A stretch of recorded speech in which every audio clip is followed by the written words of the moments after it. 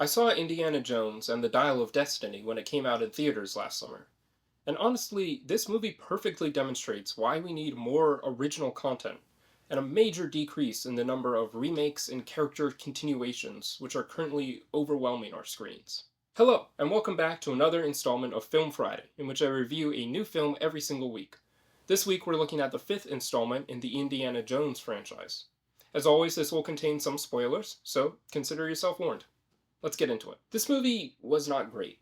Besides the fact that I was struggling to see why we needed another Indiana Jones movie, it felt like the writers were also struggling with a very similar dilemma, which left the story feeling purposeless in many ways. The Raiders of the Lost Ark worked well, for many reasons, one of which being the fact that the Lost Ark of the Covenant is an object which almost everyone already knew about.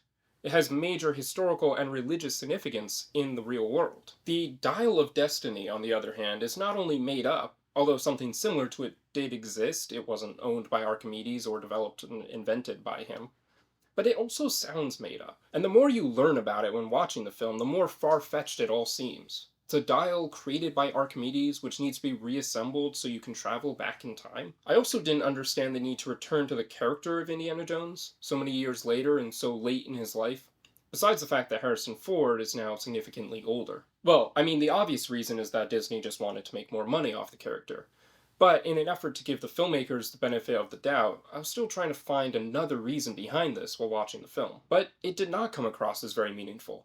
The fact that he was now older and this dial from his past had made a sudden reappearance didn't really have much significance for the audience since they never heard of this before.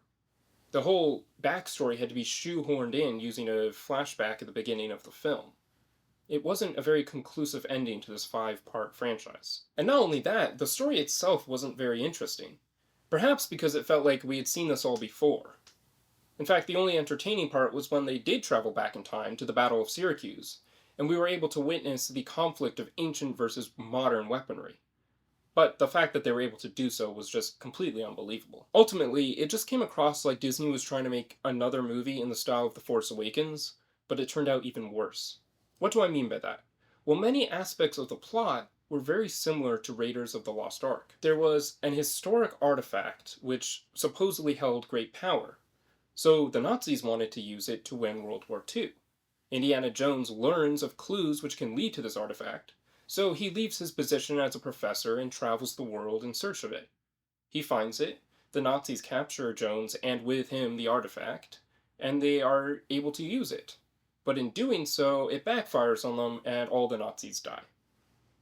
Does that sound familiar? Also, with regard to the de-aging technology which they used on Harrison Ford for the opening sequences of the film, while it's impressive that they can do that to the level at which they did, it still looked very uncanny and almost creepy. Overall, I'd rate this movie a 5 out of 10.